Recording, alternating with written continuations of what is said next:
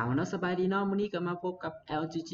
ลาวเกมเมอร์ก็อดเนาะกับเกมที่มีชื่อว่า Home Sweet Home เนาะตัวนี้ซึ่งว่าตัวนี้จะเป็นพาร์ทที่7แล้วเนาะตัวนี้โอเคเนาะหลังจากที่ว่าเราไล่น้ำเจนเนาะก็จะแล้วก็ถือขี่คัตเตอร์เนาะไล่แทงอย่างบุยั่งเลยจังหวะนั้นเราก็แล่นหนีเข้าไปในห้องล็อกเกอร์เนาะที่ว่ามีเลือดเต็มห้องเลยเนาะแล้วก็ได้ฮู้ความจริงว่าผีล็อกเกอร์หั่นเนาะที่ว่าเป็น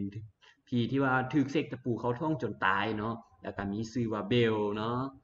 โอเคหลังจากที่ว่าห้องออกจากห้องล็อกเกอร์ตัวนั้นมาเนาะก็จะออกมาประตูตัวนี้เลยเนาะออกมาบอนนี้เลยออกมาเป็นห้องเอ่อห้องของ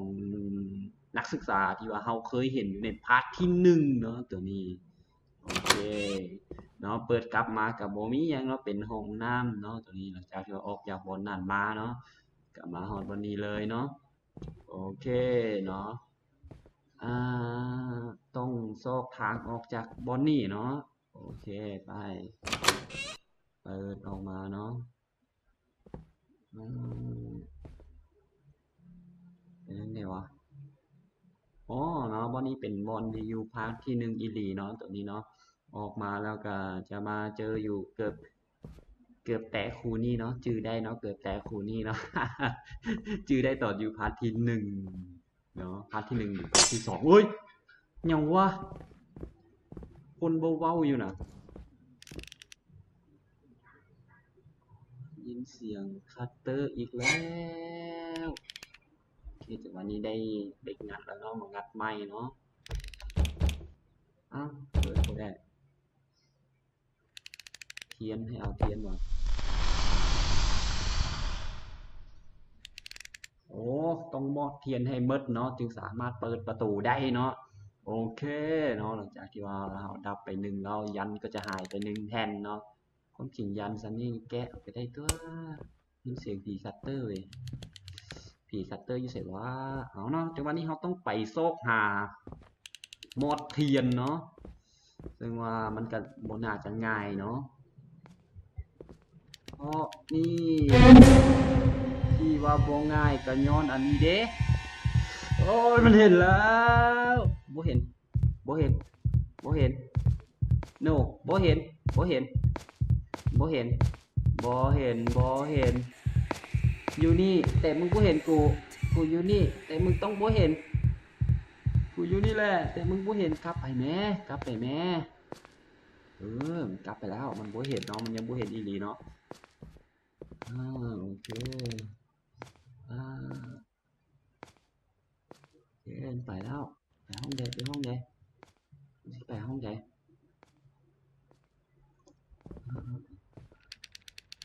ความจริงเขาต้องน้ำสายเนาะน้ำสายสีแดงไปเนาะไปห้องทางซ้ายอ่ามันเข้าไปในห้องซ้ายมือแล้วเนาะสายสีแดงอืมมันสิไปทางไหนวะอีมาไวแท้วะเข้าห้องตัวนั่นไปเขาก็เข้าห้องได้เนาะโอเคเขาก็เข้าห้องตัวนี้เลยเนาะจังหวะนี้เพราะมันมีบอลที่จะสามารถรอดได้เนาะ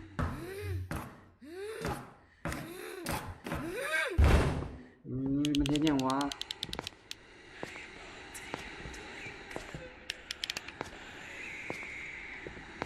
ที่มาแล้วบ่มาห้องนี้เด้อมึงรอดนี่บ่ได้เด้อมึงนั่งบ่ได้เด้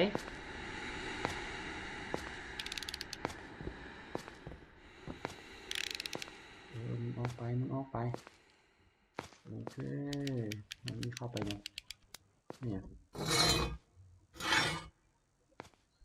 เอากระแจ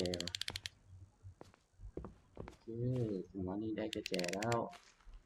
แต่ว่าผมมีเทียนไว้ในห้องนี้นะมีบอลไฮรี่เนาะถือไว้เนาะ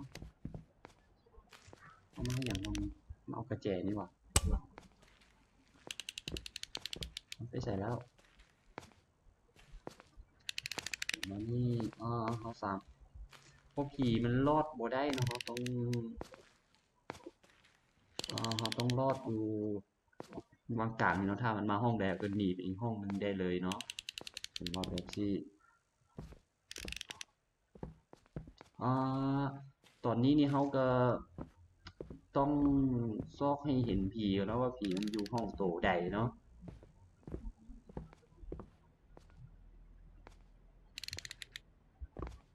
เสียงมาทางซ้ายเนาะเสียงมันย่างมาหาเขาอยู่ในตอนนี้อ๋อโบเห็นเงาผีเว้ยผีอยู่ตัวไหนวะโอ้ยเสียงมันพูดคัตเตอร์แครกแครกแครกแครกแครกแครกแครกที่ไปห้องแดง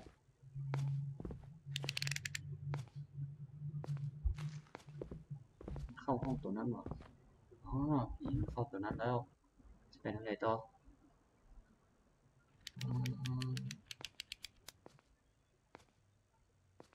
มันเข้าหันแล้วมันเลี้ยวซ้าย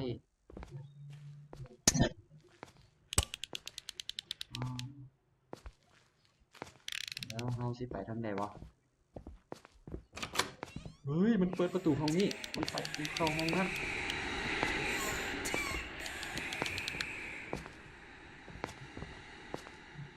เข้านั่นเฮาก็ต้องมาทางนี้เนาะ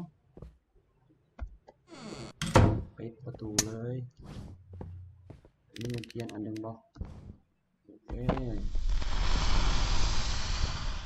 นอดอีกอันหนึ่งไปแล้วเนาะอันนี้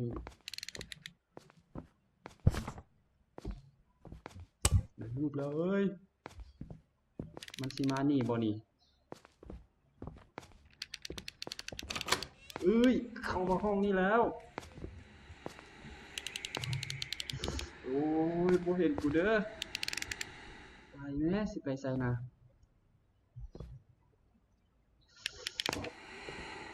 ไปแม่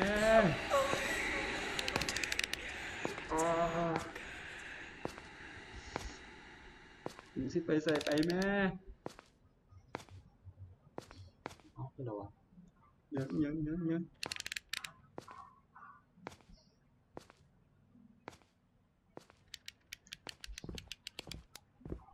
ไปใส่แล้ว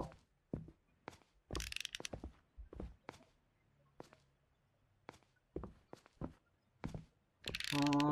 ตอนนี้โอ้ผีไปนั่นแล้วผีไปนั่นแล้วอ๋อแล้วเขาสิไปทางไหนวะตอนนี้คือว่าเคยมีบอลไปได้ไหมมาแล้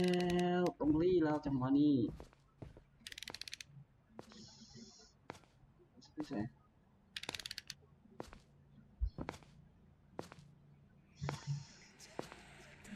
อ๋อไปแม่สิไปใส่ที่ไปแม่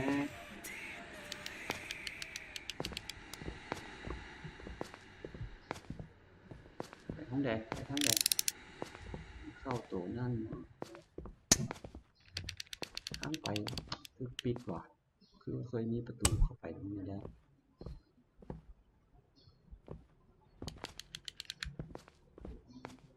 นั่นเนาะโอ้ยเสียวเว้ยสิไปใส่ไปแม่สอบถามไปบุเห็นนี่นะตรงนี้เอ่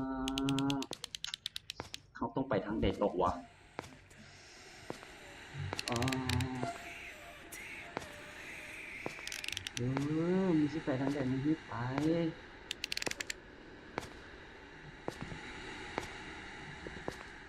โอเคทางบุได้มาห้องเฮาเนาะสายสีแดงเนาะสายสีแดงมานี่ปิดประตูไว้คันยินเสียงเปิดประตูแสดงว่ามันมาห้องเฮาบ่มีหยัง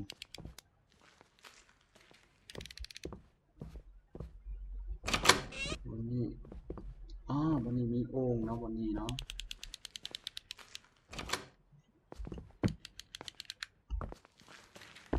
มันมาแล้วมันเข้าห้องนี้แล้วมันต้องให้เฮาใส่โอ่งเนาะเมื่อกี้มึงบ่เห็นสิเข้าห้องนี้มันกูเข้าปุ๊บมึงก็มาเลยเนาะเอาแล้วจังหวะนี้ได้เข้าโอ่งแล้วเนาะจังหวะนี้เนาะโอ้ยแล้วก็มาขึ้นฮอดใกล้ๆหูเลยโอ้ยมันมาแล้วนั่งไปแน่โอ้ยลงโอ่งแล้ว ลงอยู่ในโอ่งแล้วไม่ต้องมาอ้ายอ้ายไม่ต้องมาว้ายยิบไปไปใส่แล้วไปใส่แล้วไปแม่ไปโอเคไปแล้วมันไปแล้ว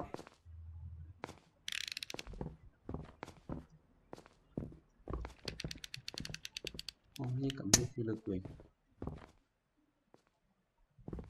โอเคมันไปแล้วมันไปแล้วมันไปฮอตใส่บูเนี่ยวันนี้เราต้องออกมาก่อนเนาะ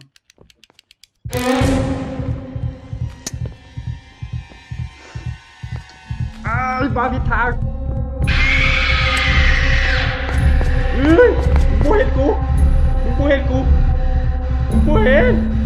มึงกูเห็นโอ้ยเมื่อกี้ดิออกไปเจอมันอยู่ข้างนอกเลยโอเคโอ้ยรู้สึกโอ้ตายโอ้ยดีเลยแล่นไปเข้าโอ่งกับแล่นผิดทางเนาะแล่นไปหามันซ้ำเนาะโอ้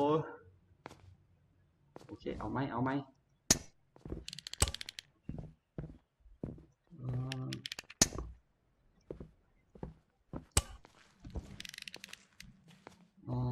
อเคจังหวะนี้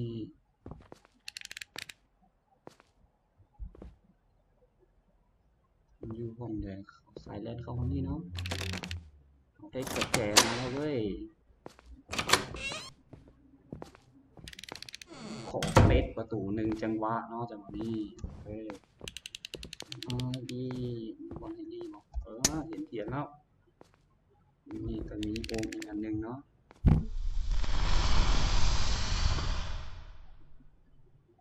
โอเคเดี๋ยวนี้เฮามอดไปแล้ว3 เทียนเนาะโอเคน่าจะได้ครบแล้ว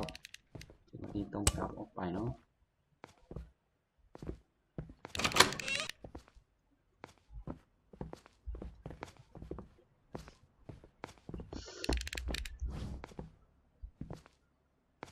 ยินเสียงมันมาหาเฮาเว้ย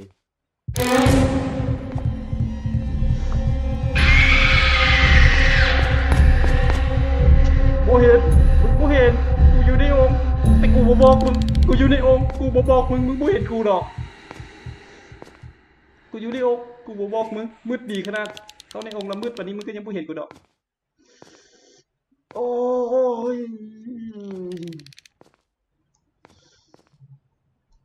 มืดดีแต่ว่าอยู่ในองค์โอ้ยังมีเบิ่งเพดานอยู่อ่ะโอเคเกือบซอกองค์บ่เห็นเว้ยไม่ใช่ละ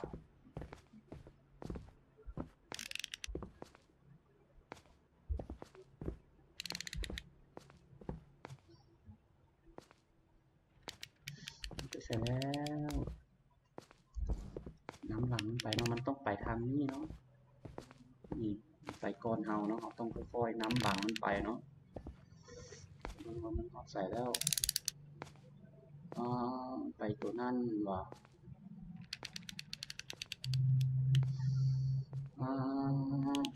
ไปใส่วันนี้เอาจือเนาะมีองค์อยู่ข้างหลังเนาะน่าจะเข้าห้องโถงข้างๆนี่เนาะเดี๋ยวก่อนเนาะมันอยู่ห้องข้างๆนี่เนาะเดี๋ยวเอาเกียมแลนเข้าโอ่งเนาะดูประตูตัวนี้โบมีโอ่งเนาะ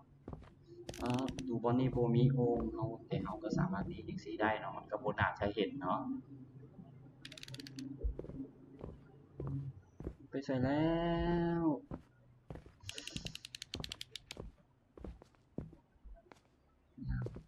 มันย่างมาแล้วมันย่างแล้วสิไปทางไหนมันสิไปทางไหนต้องถ่ายมันเข้าห้องก่อนเนาะโอ่งล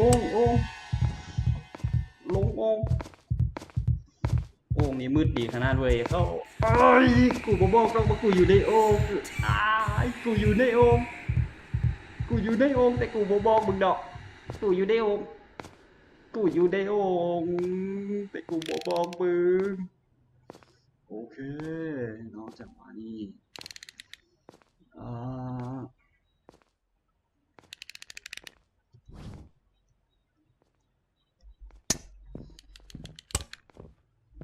น่าจะออกไปแล้วคอยน้ำหลังมันออกไปเนาะเบิร์โอ้ยกูเห็นกูโอ้ยกูเห็นกูไปตับหน้าใส่มันเลยนะโอ้ย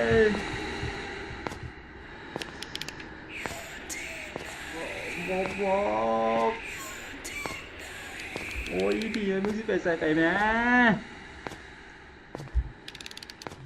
โอ้ยพี่นี่นะ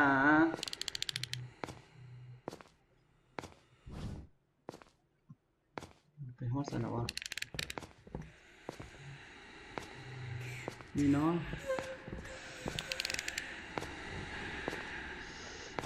โอ้ย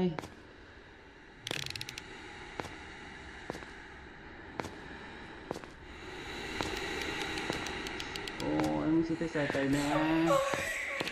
โอ้ยบุต้องเข้ามานี่ไหม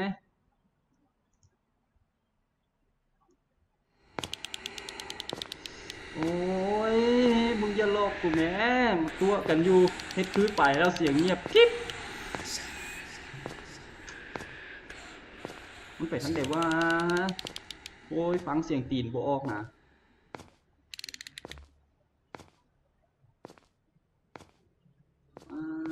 ไปทางไหนวะตอนนี้มันมาบอลเฮาอยู่บ่ได้อยู่ในโอ้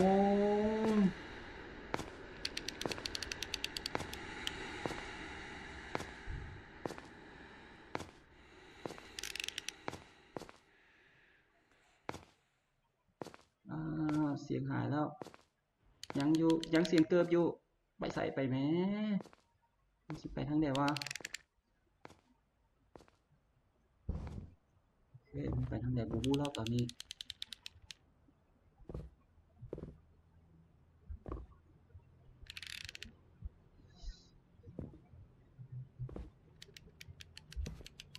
ห้องนี้วะ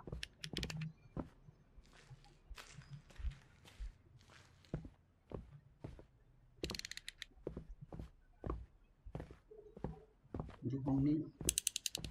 เขาต้องมาห้องนี้เนาะนี่เนาะห้องนี้เราจะได้ไปสองทางเลยเนาะว่าผีมันสิไปทางใดครับก็จึงจะสามารถไปได้เนาะแต่วันนี้ก็ถ่ายมันมาในห้องนี้ห้องใหญ่ห้องหนึ่งเนาะตอนนี้หรือให้มันเข้าไปในสองห้องหันก็ได้เนาะมันย่างมาแล้วมันย่างมาแล้วเนาะตอนนี้ไปใส่ต่อวะไปไหมมันจะไปทางใดที่ไปไม่อีพีเอ้ยมาแล้วมันย่างมาแล้วมันจะไปห้องตัวใดวะการห้องนี้แล้วโอเคไม่ใช่มันเข้าตัวนั้นมันเข้าไปเนาะไปอีกไปอีกไปอีกไปอีกไปแล้วไปแล้วเขาก็ไปได้แล้วนะโอเคเนาะจากวันนี้ไปได้แล้วไปต้องรีบไปเนาะทะลุเขาใส่กับโอสนใจเนาะเดี๋ยวนี้เอาแลกเลยโหลดเนาะยังโหลดอยู่เนาะกระตุกหน่อยนึงบอเป็นอย่างเนาะขอแต่บ่เจอผีคัตเตอร์เนาะผีเบลเนาะตัวนี้แม่งยังไง I love you บ่มาฮอดใส่แล้วเนี่ยS S เป็นอย่างวะน่าจะเป็น Home Sweet Home เนาะโอเคตัวนี้ Love เนาะ Love Home Sweet Home เนาะเห็นงามงามหลายเนาะบอนนี่แมนอยู่สายเจนอยู่บอนนี่หรือบอเพิ่นว่าเป็นศิลปะวะโรงเรียนศิลปะวะ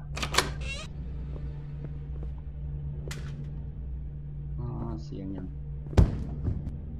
เสียงยังผีโตไม้วะตึงต่าง โอเคเป็นรูปศิลปะหลายเลยเนาะ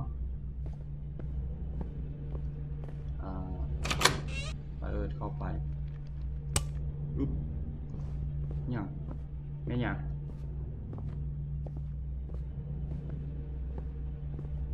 รู้สึกคือมีอย่างนี้นะรอดนี่ได้บ่รอดบ่ได้เนาะ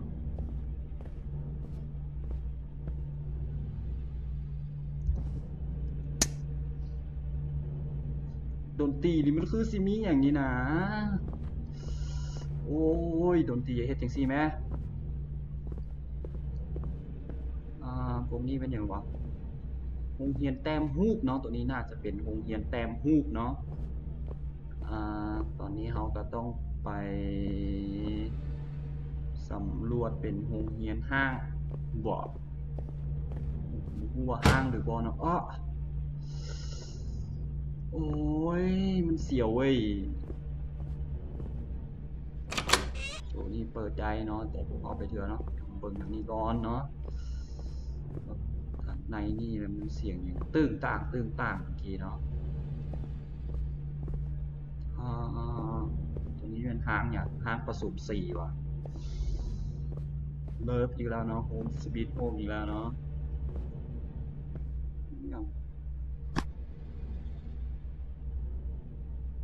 หุ่นที่ว่าเต็มทึกตะปูปักอยู่เนาะเนาะหุ่นที่ว่าทึกตะปูปักเนาะซูมขึ้นมาเป็นรูปคนเนาะเป็นรูปคนที่ว่าทึกตะอยู่ในตัวหุ่นนี่เนาะทึกตะปูปักอยู่เนาะโอ้นี่เอารูปมาใส่หน้าแล้วก็ปักเลยเนาะเป็นรูปที่เราไปเก็บมาหั่นเนาะหลายๆรูปหั่นอยู่ในนี่ก็มีอยู่เป็นรูปหน้าของผู้หญิงพอดีเลยเอาพวกจะเป็นพวกไผ่เนาะตรงนี้ไม่แน่ใจคือกันแทบบ่มีเนาะโอเคไปเนาะโอเคไป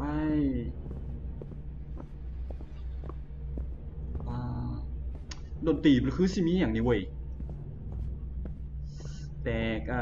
โอเคเนาะผมยินเสียงคัตเตอร์เถื่อเนาะ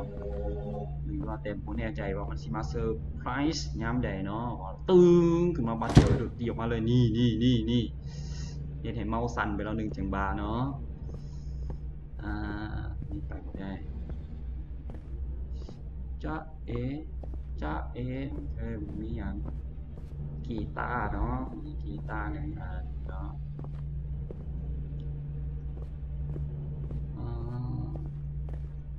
หูปปั้นเนาะหูปปั้นหูประบายสี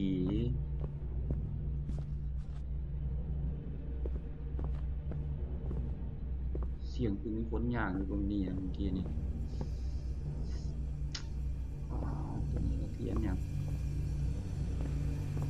เสียงแอร์วะเสียงอย่างวะเปิดไฟปักไว้นี่มันจะให้อ่านเลยบ่เอาไหมต้องเอาอันนี้นะ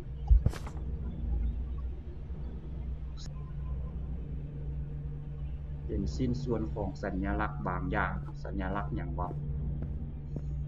โอเคเนาะบ่เป็นยังเนาะไปต่อไปเนาะตรงนี้ก็เปิดได้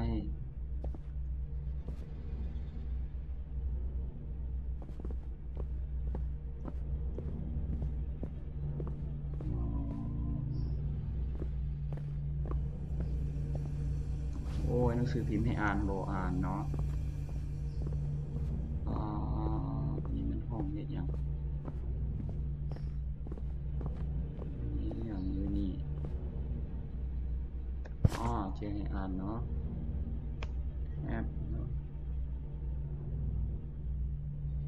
ตัวนี้ความจริงแล้วเนาะวิชาการฝังรูปฝังรอยหรือว่าวิชาเฮ็ดเสน่ห์หั่นเนาะผู้ที่ว่าถึกเฮ็ดเสน่ห์หั่นเนาะจะถูกวิญญาณของคนตายที่ว่าเขาเอาดินมาหั่นเนาะแล้วก็จะเสียความเป็นตัวเองเนาะจนบ่มีวิญญาณเนาะแล้ววิญญาณของคนตายหั่นเนาะจะเข้ามา ตามติดแทนเนาะจนกว่าที่ว่าจะตายจากกันเลยถึงว่าจะอยู่ห่างกับกันเพียงแต่มื้อเดียวเนาะก็จะต้องทุกข์ทรมานว่าซั่นเนาะโอเคเนาะความหมายก็คือการเฮ็ดเสน่ห์ใส่กันหั้นเนาะมันบ่แม่นความจริงบ่แม่นเฮ็ดให้รักเนาะแต่ว่าผู้ที่ว่าถูกเฮ็ดหั้นเนาะแม่นจะถูกวิญญาณของผีที่ว่าเขาเจ้าเอาดินมาแต่ตาซ่าหั้นเนาะที่มานำดินหั้นเข้าไปสิงแทนเนาะอ๋อ แม่นถึกวิญญาณของสิ่งของผีไปสิงเนาะออกมาใส่นี่ออกมานี่แล้วก็ใส่นี่ประตูนี้ก่อนเนาะตัวนี้เขาเข้าไปแล้วตัวนี้เขาออกแล้วตัวนี้เขากลับไปเนาะรหัสเนาะต้องหักซอกรหัส3โตวเนาะเมื่อกี้นี้เขาก็ได้สิ้นส่วนสัญลักษณ์อันที่1เนาะแสดงว่าเขาต้องไปซอกอีกอันที่2เนาะ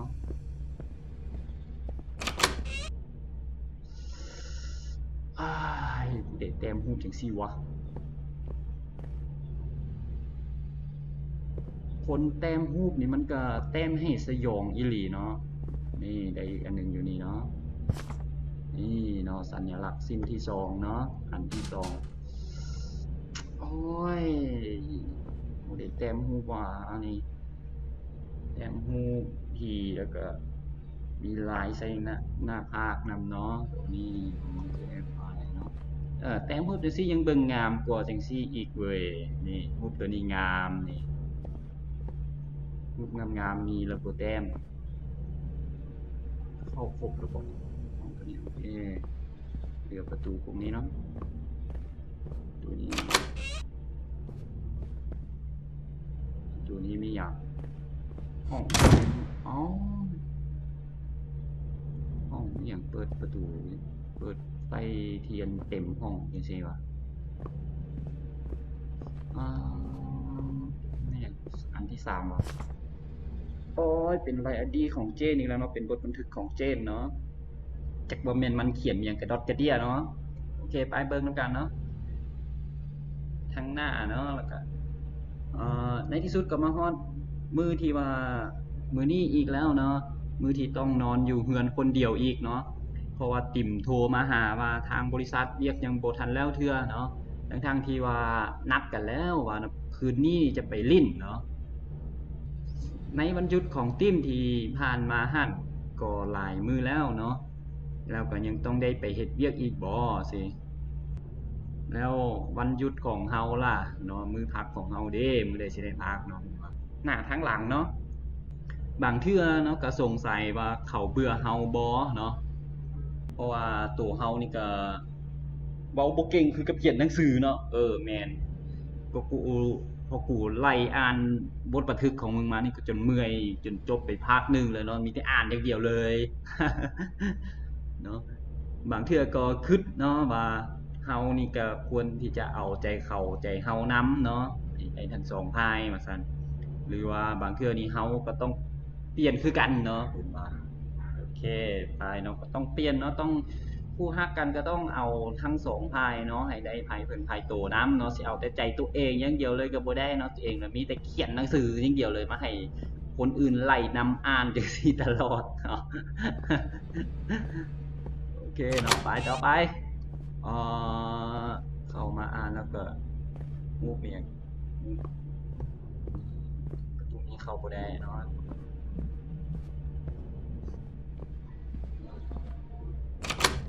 นี่บ่ได้แอมเนาะจังหวะนี้เนาะบ่ได้แอมดอกเนาะนี่ได้อีกอันหนึ่งแล้วมีจักอันวะอันที่3หรือว่ามีเพราะว่าเขาต้องการรหัส3ตัวเลขเนาะอาจจะแม่นต้องการอยู่3เนาะมีอันนี้อีกละตัวนี้นะเนาะเพราะเขาต้องการตัวเลขอยู่3ตัวเนาะเพื่อไปเป็นรหัสปลดล็อกเนาะจังหวะนั้นแล้วเฮ็ดจังได๋บัดนี้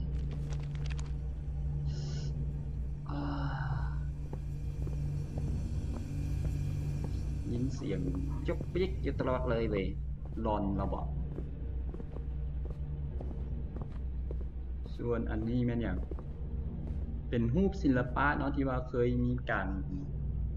เฮ็ดขึ้นมาเนาะมีชื่อสาธิตมิวสิกได้ครบแล้วเนาะอ้าวแอปเนาะมาเบิ่งตัวสัญลักษณ์นี้เนาะสีแดงอันที่1 3เนาะอันที่1มี3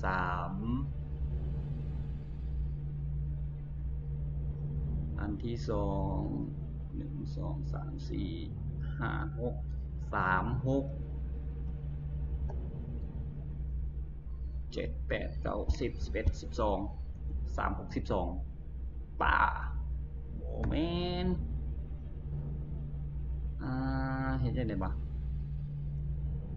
สัญลักษณ์หยังบ่คอละงอกละแง่ง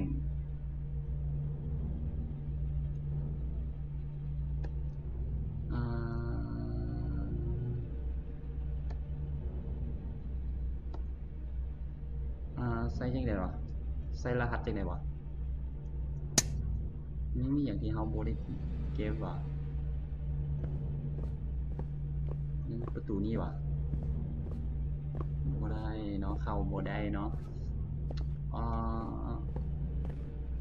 ใส่รหัสจังได๋วะ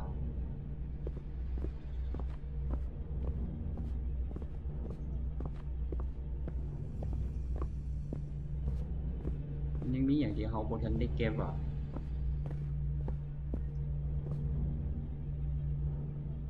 หีบเนาะโอเคเปิดหีบบ่แม่นหีบเนาะแม่นหยังให้หมุนว่ะโอ้ให้หมุนเนาะจังหวะนี้เนาะให้หมุนเพื่อซอกรหัสเนาะ3 4 6ว่ะ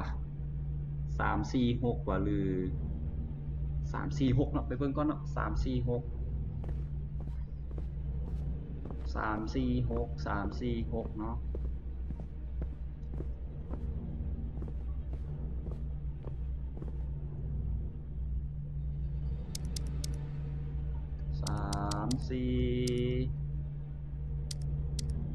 6โอเคไปเนาะมายินเสียงมีโตมีอย่างย่างนี่เว้ยเนาะตัวรูปนี่ผมว่านักเรียนผู้ใดเนาะพีคัตเตอร์เจอพีคัตเตอร์อีกแล้ววันนี้โอ้ยกรุณารักษาความสะอาดโอ้ยมึงเบิ่งพื้นมึงนี่ดูบ่ถูกต้องไปทางใดวะเอาไปได้2ทางเนาะทางซ้ายแล้วก็ทางขวาเนาะแต่ว่าตอนนี้ขอไปทางขวาก่อนเนาะเห็นรีก่อนเลยบอกว่าโบเฝ้าเห็นบอกว่าโบเฝ้าเห็นนะโบเฝ้าเห็นแม่โบต้องมาโอ้ยอยู่มาจ้าอยู่นี่บริบอลจังหน่อยนะโอ้ย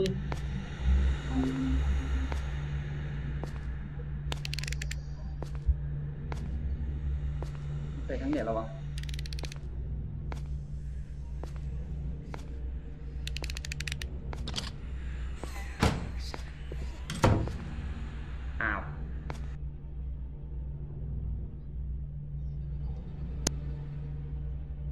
ปิดประตูอัดหน้าอีก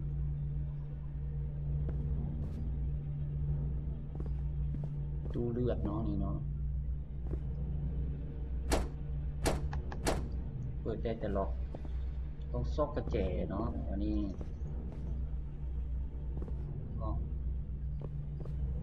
หูเนาะมีหูเสียงอย่างวะมันเปิดประตูมาวะ ว่าตู้อันนี้เปิดเมื่อกี้เสียงฮอตแอดเมื่อกี้นี่ไงว่าละตอนสิเปิดแล้วบ่ให้เปิดเนาะจดหมายของเซอร์รี่มีเซอร์รี่ว่ะสบายดีเนาะพ่อแม่ของเชนเนาะเชนเป็นคนใดบ่ตั้งแต่พาร์ทที่1แล้วเรายังบ่ทันฮู้ว่าแม่นผู้ใดซ้ำเนาะเชนเดี๋ยวนี้เนาะอ่าลูกชื่อว่าเซอร์รี่เนาะอยากจะบอกอีพ่ออีแม่ว่าตอนนี้เนาะเชนน่าเป็นห่วงหลายเนาะมีคนเฮ็ดเครื่องใส่เนาะทางที่ดีเฮาควรที่จะแยกพวกเขาออกจากกันเนาะแยกเชนกับผู้ใดเพื่อความปลอดภัยของเชนเนาะขอให้เชื่อลูกเนาะลูกเป็นห่วงเชนหลายขอขอบใจเนาะแยกเชนออกจากผู้ใดแล้วเชนนี่แม่นผู้ใดมีแต่ความมึนงงเนาะจังหวะนี้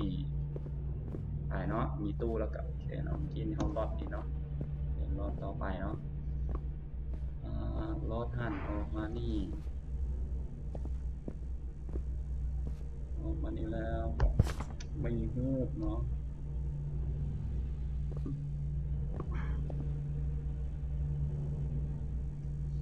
ฮูบเป็นก็เก็บได้หลายดีเนาะใส่ลองมาเปิดเบิ่งก่อนเนาะ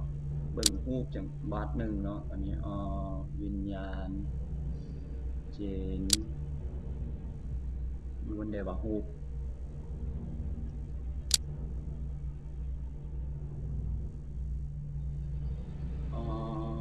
หนังสือพิมพ์